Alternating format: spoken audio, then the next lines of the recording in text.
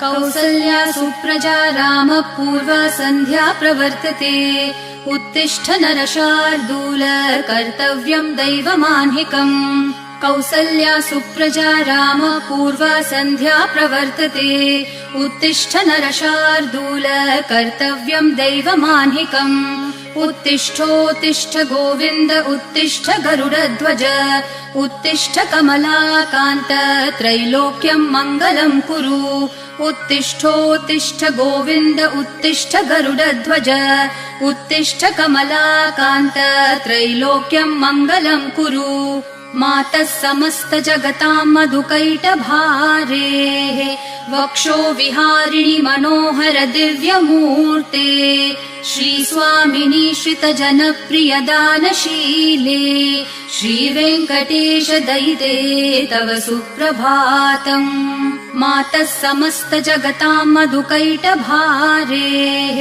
वक्षो विहारिणि मनोहर दिव्यमूर्ते श्रीस्वामिनि श्रितजनप्रिय दानशीले श्रीवेङ्कटेश दयिते तव सुप्रभातम् तव सुप्रभातमरविन्दलोचने भवतु प्रसन्नमुखचन्द्रमण्डले विधिशङ्करेन्द्रवनिताभिरर्चिते वृषशैलनाथ दयिते दयानिधे अत्र्यादिसप्तऋषयः समुपास्य सन्ध्याम् आकाशसिन्धुकमलानि मनोहराणि आदाय पादयुगमर्चयितुम् प्रपन्नाः शेषाद्रिशेखर विभो तव सुप्रभातम् पञ्चाननाब्ज भव षण्मुखवासवाद्याः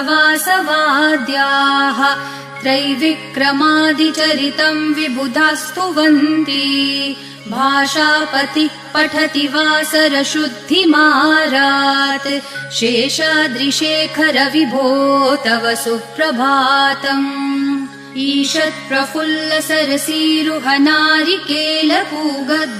ईषत्प्रफुल्लसरसीरुहनारिकेलपूगद्रुमादिसुमनोहर पालिकानाम् आवाति मन्दमनिलः सह दिव्यगन्धैः शेषाद्रिशेखर विभो तव सुप्रभातम् उन्मील्य नेत्रयुगमुत्तम पञ्चरस्था पात्रावशिष्ठ कदलीफलपायसानि भूत्वा सलीलमथ केलिशुकः पठन्ति शेषाद्रिशेखर विभो तव सुप्रभातम् तन्त्री प्रकर्ष मधुरस्वनया विपञ्च्या गायत्यनन्तचरितम् तव नारदोऽपि भाषा समग्रमसकृत्करचार रम्यम् शेषाद्रिशेखर विभो तव सुप्रभातम् भृङ्गावली च मकरन्दरसानुविद्ध झनकार गीतनिनदैः सह सेवनाय निर्यात्युपान्तसरसी कमलोदरेभ्यः शेषाद्रिशेखर विभो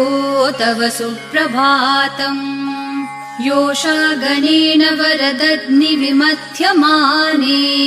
घोषालयेषु दधिमन्थन तीव्रघोषाः रोषात् कलिम् वदधते ककुभश्च कुम्भाः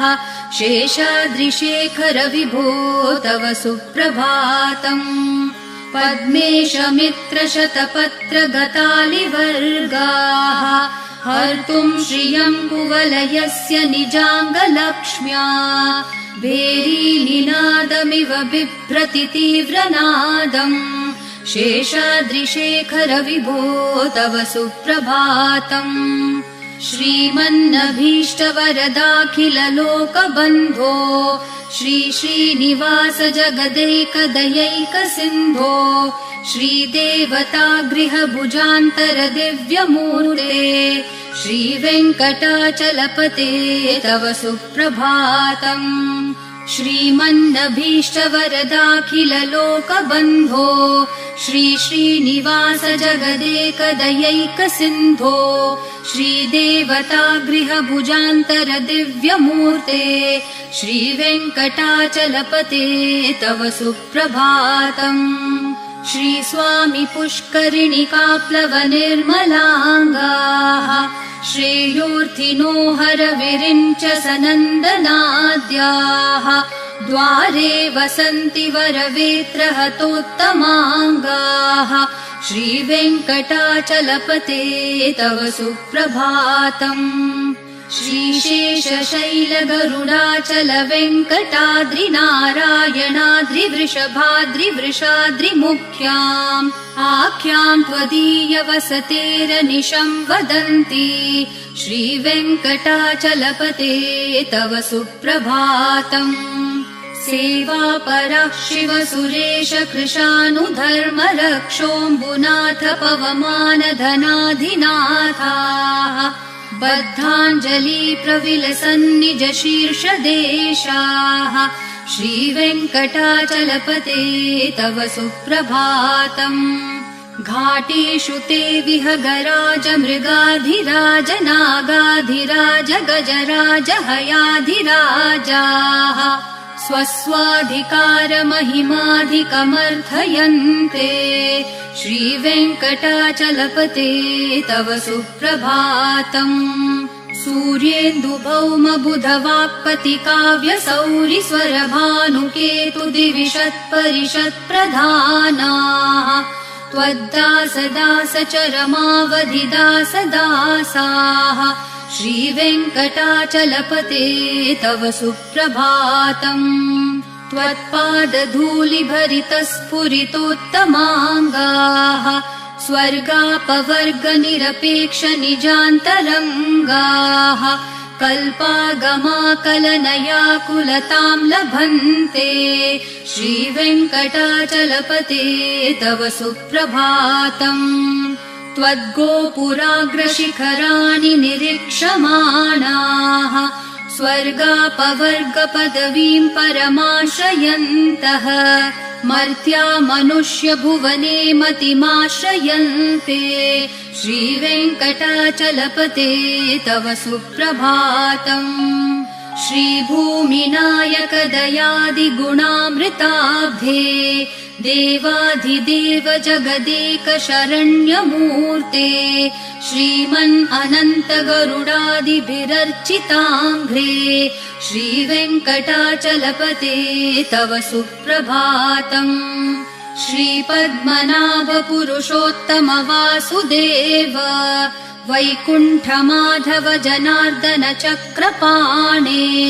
श्रीवत्सचिह्न शरणागत पारिजात श्रीवेङ्कटाचलपते तव सुप्रभातम् कन्दर्पदर्पहर सुन्दर दिव्यमूर्ते कान्ताकुचाम्बुरुह कुड्मललोल दृष्टे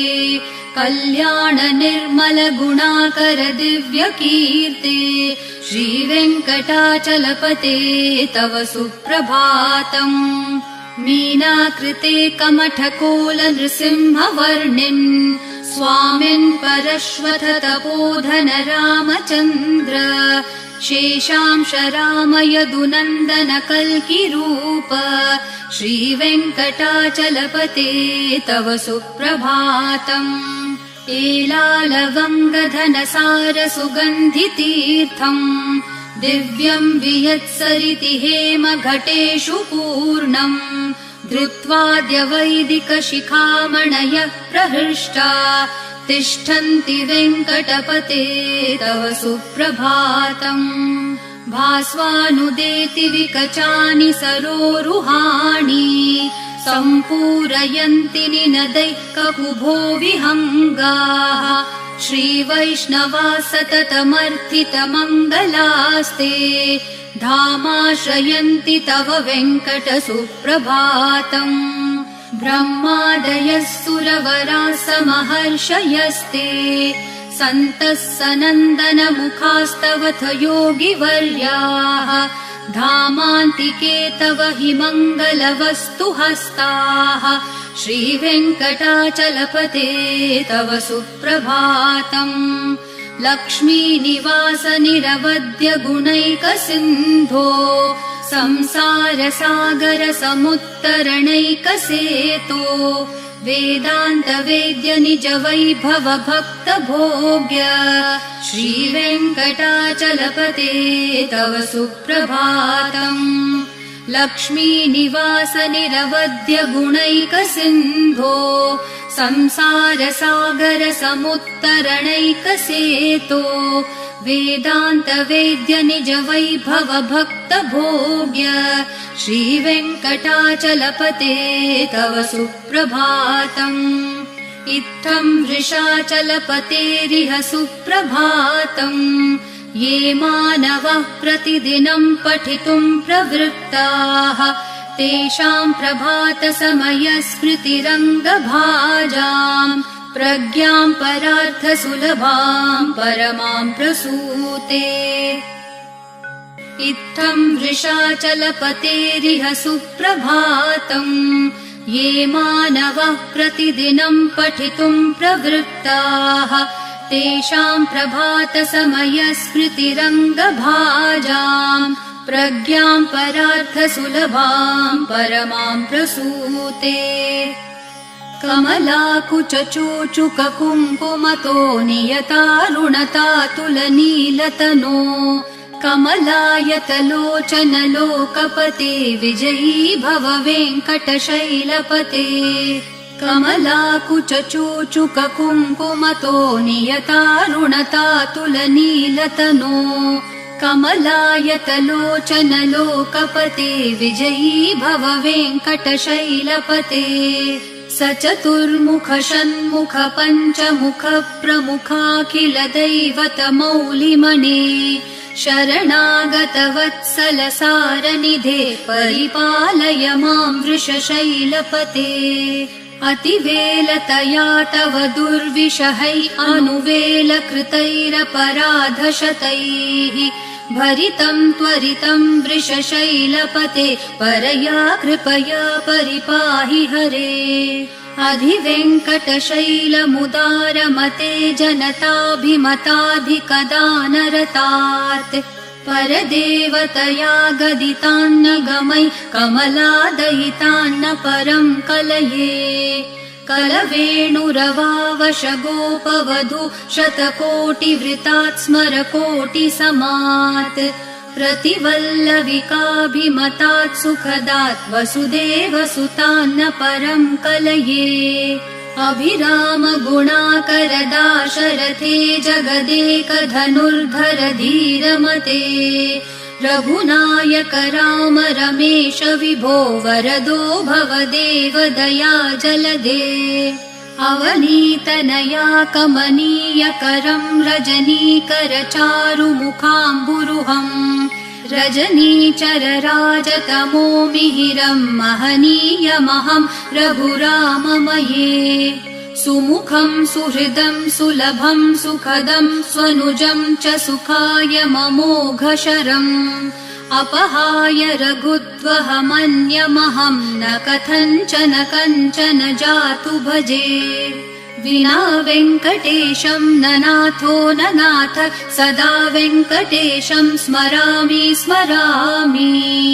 हरे वेङ्कटेश प्रसीद प्रसीद प्रियं वेङ्कटेश प्रयच्छ प्रयच्छ विना वेङ्कटेशं न नाथो न नाथ सदा वेङ्कटेशं स्मरामि स्मरामि हरे वेङ्कटेश प्रसीद प्रसीद प्रियं वेङ्कटेश प्रयच्छ प्रयच्छ अहं दूरतस्ते पदाम्भोजयुग्म प्रणामेच्छयागत्य सेवां करोमि सकृत्सेवया नित्यसेवा फलं त्वं प्रयच्छ प्रयच्छ प्रभो वेङ्कटेश अज्ञानिना मया दोषान् अशेषान् विहितान् हरे क्षमस्व त्वं शेषशैलशिखामणे अज्ञानिना मया दोषान् अशेषान् विहितान् हरे क्षमस्व त्वं शेषशैलशिखामणे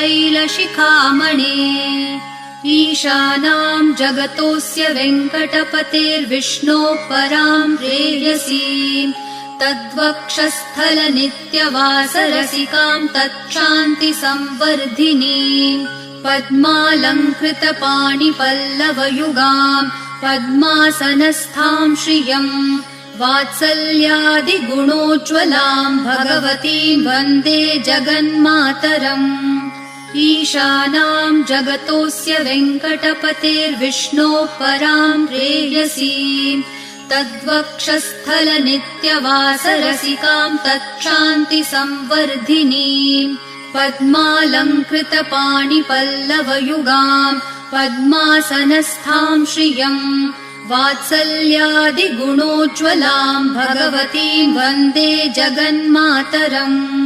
श्रीमान् कृपाजलनिधे कृतसर्वलोक सर्वज्ञ शक्तनतवत्सल सर्वशेषिन् स्वामिन् सुशील सुलभाश्रित पारिजात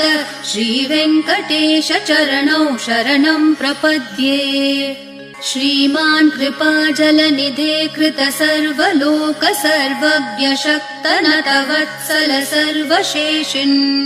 स्वामिन् सुशील सुलभाश्रित पारिजात श्रीवेङ्कटेश चरणौ शरणम् प्रपद्ये आनूपुरार्पित सुजात सुगन्धि पुष्प सौरभ्य सौरभकरौ समसन्निवेशौ सौम्यौ सदानुभवनेऽपि नवानुभाव्यौ श्रीवेङ्कटेश चरणौ शरणम् प्रपद्ये सद्यो विकासि समुदित्वर सान्द्र रागः सौरभ्य निर्भर सरोरुह साम्यवार्ताम् सम्यक्षु साहसपदेषु विलेखयन्तौ श्रीवेङ्कटेश चरणौ शरणम् प्रपद्ये रेखामयध्वज सुधाकलशातपत्र वज्राङ्कुशाम्बुरुह कल्पक शङ्ख चक्रैः भव्यैरलङ्कृततलौ परतत्त्वचिह्नैः श्रीवेङ्कटेश चरणौ शरणम् प्रपद्ये ताम्रोदरद्युतिपराजित पद्मरागौ ब्राह्मेर्महोभिरभिभूत महेन्द्रनीलौ उद्यन्नखांशुभिरदस्त शशाङ्कभासौ श्रीवेङ्कटेश चरणौ शरणम् प्रपद्ये सप्रेम भीतिकमलाकर पल्लवाभ्याम् सम्माहनेऽपि सपदिक्लममादधानौ कान्ताववाङ्मनसगोचर सौकुमार्यौ श्रीवेङ्कटेश चरणौ शरणम् प्रपद्ये लक्ष्मी महीतदनुरूप निजानुभाव नीलादिदिव्यमहिषीकर पल्लवानाम् आरुण्य संक्रमणतः किल सान्द्र रागौ श्रीवेङ्कटेश चरणौ शरणम् प्रपद्ये नित्यानमद्विधि शिवादि किरीटकोटि प्रत्युक्त दीप्ति नवरत्न महप्ररोहैः नीराजना विधिमुदारमुपादधानौ श्रीवेङ्कटेश चरणौ शरणम् प्रपद्ये विष्णोपदे परम इत्युदित प्रशंसो यौ मध्य उत्स इति भोग्यतयाप्युपातौ भूयस्ततेति तव पाणितलप्रदिष्टौ श्रीवेङ्कटेश चरणौ शरणम् प्रपद्ये पार्थाय तत्सदृशसारथिना त्वयैव यौ दर्शितौ स्वचरणौ शरणम् व्रजेति भूयोऽपि मह्यमिह तौ करदर्शितौ ते श्रीवेङ्कटेश चरणौ शरणम् प्रपद्ये मन्मूर्धिकालियफने विकटाटवीषु श्रीवेङ्कटाद्रिशिखरे शिरसि श्रुतीनाम् चित्तेऽप्यनन्यमनसाम् सममाहितौ ते श्रीवेङ्कटेश चरणौ शरणम् प्रपद्ये आम्लानहृष्यदवनीतलकीर्णपुष्पौ श्रीवेङ्कटाद्रिशिखराभरणायमानौ आनन्दिताखिल मनोनयनौ तवेतौ श्रीवेङ्कटेश चरणौ शरणम् प्रपद्ये प्रायः प्रपन्नजनता प्रथमावगाह्यो मातुस्तनाविविशिशोरमृतायमानौ प्राप्तौ परस्परतुलामतुलान्तरौ ते श्रीवेङ्कटेशचरणौ शरणं प्रपद्ये सत्वोत्तरैः सततसेव्यपदाम्बुजेन संसारतारकदशार्द्रदृगञ्चलेन सौम्योपयन्तृमुनिना मम दर्शितौ ते श्रीवेङ्कटेशचरणौ शरणं प्रपद्ये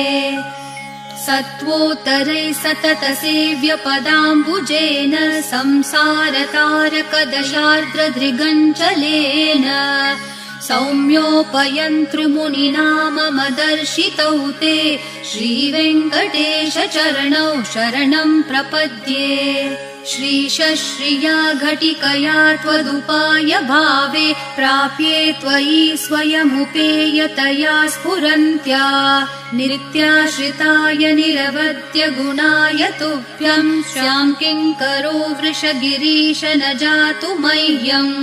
श्रीशश्रिया घटिकया त्वदुपाय भावे प्राप्ये त्वयि स्वयमुपेयतया स्फुरन्त्या नित्याश्रिताय निरवद्य गुणाय तुभ्यं स्यां किङ्करो वृषगिरीश न जातु मह्यम् श्रियः कान्ताय कल्याणनिधये निधयेऽर्थिनां श्रीवेङ्कटनिवासाय श्रीनिवासाय मङ्गलम् श्रियः कान्ताय कल्याणनिधये निधयेऽर्थिनां श्रीवेङ्कटनिवासाय श्रीनिवासाय मङ्गलम् लक्ष्मी सविभ्रमालोकसुप्रविभ्रमचक्षुषे चक्षुषे सर्वलोकानां वेङ्कटेशाय मङ्गलम् श्रीवेङ्कटाद्रिशृङ्गाग्रमङ्गलाभरणाङ्ग्रये मङ्गलानां निवासाय श्रीनिवासाय मङ्गलम् सर्वावयवसौन्दर्यसम्पदा सर्वचेतसां सदा सम्मोहनायास्तु वेङ्कटेशाय मङ्गलम् नित्याय निरवध्याय सत्यानन्दचिदात्मने सर्वान्तरात्मने श्रीमद्वेङ्कटेशाय मङ्गलम् स्वतः सर्वविदे सर्वशक्तये सर्वशेषिणे सुलभाय सुशीलाय वेङ्कटेशाय मङ्गलम् परस्मै ब्रह्मणे पूर्णकामाय परमात्मने प्रयुञ्जे परतत्त्वाय वेङ्कटेशाय मङ्गलम् आकालतत्त्वमशान्तम् आत्मनामनुपश्यताम् अतृप्तामृतरूपाय वेङ्कटेशाय मङ्गलम् प्रायस्वचरणौ पुंसां शरण्यत्वेन पाणिना कृपया दिशते श्रीमद्वेङ्कटेशाय मङ्गलम् दयामृत्तरङ्गिन्यास्तरङ्गैरिव शीतलैः अपाङ्गैः सिञ्चते विश्वं वेङ्कटेशाय मङ्गलम् सद्भूषाम्बरहेतिनां सुषमावहमूर्तये सर्वार्तिशमनायास्तु वेङ्कटेशाय मङ्गलम् श्रीवैकुण्ठविरक्ताय स्वामि पुष्करिणीतटे रमया रममाणाय वेङ्कटेशाय मङ्गलम् श्रीवैकुण्ठविरक्ताय स्वामि पुष्करिणीतटे रमया रममाणाय वेङ्कटेशाय मङ्गलम् श्रीमत्सुन्दरजामातृमुनिमानसवासिने सर्वलोकनिवासाय श्रीनिवासाय मङ्गलम् मङ्गलाशासनपरैर्मदाचार्य पुरोगमैः सर्वैश्च पूर्वैराचार्यैः सत्कृतायास्तु मङ्गलम्।